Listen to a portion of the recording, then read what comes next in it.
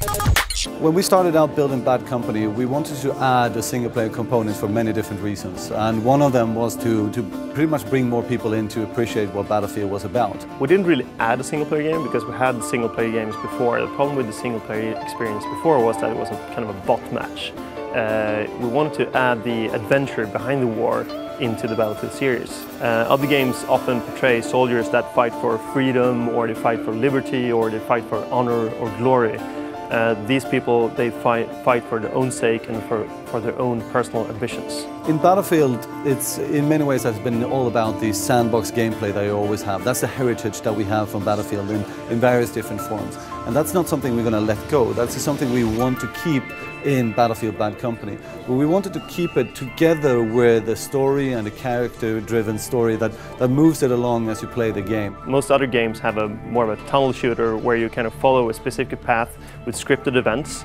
While we didn't want to do that, we wanted to make the AI and the environment work together with you as you were playing a multiplayer game as well, because in the multiplayer games of Battlefield you always end up with cool moments, and you have these wow moments that, you know, someone does something cool while something else is happening and creates kind of a chain effect, and we needed the AI to do that together with what you're doing in the game to create these wow moments without scripting them. So that was a huge challenge for us. I strongly believe that what we have when it comes to environmental interaction is going to set Battlefield Bad Company apart from many other out there. I mean, there's a lot of good games coming, but when we started out building this game and the Frostbite engine that we have created just for this game as well, we felt that in order to be a true next-gen game, we needed something else. We couldn't really start from existing technology like our Battlefield 2 engine, for example, that was really good at its time. It was just created too much for static environments. So for the Frostbite engine, we need to rethink a lot of things and rebuild a lot of things from the ground up.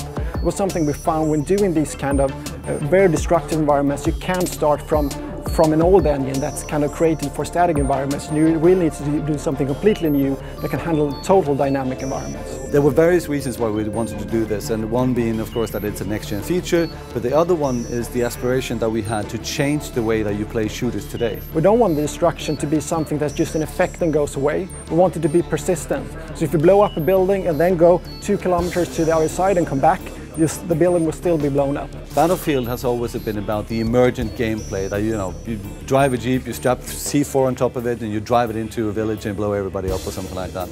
Or you walk on the wing of the Beef-17 and people fly and you jump out or something like that.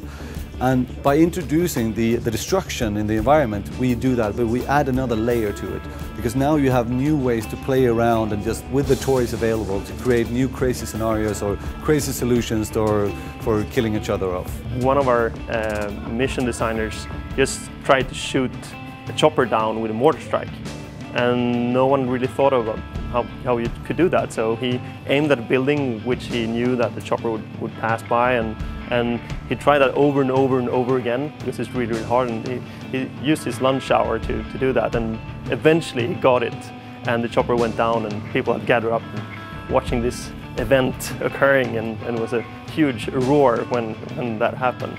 So Battlefield Bad Company is coming out for Xbox 360 and PlayStation 3, and it will be out sometime in 2008.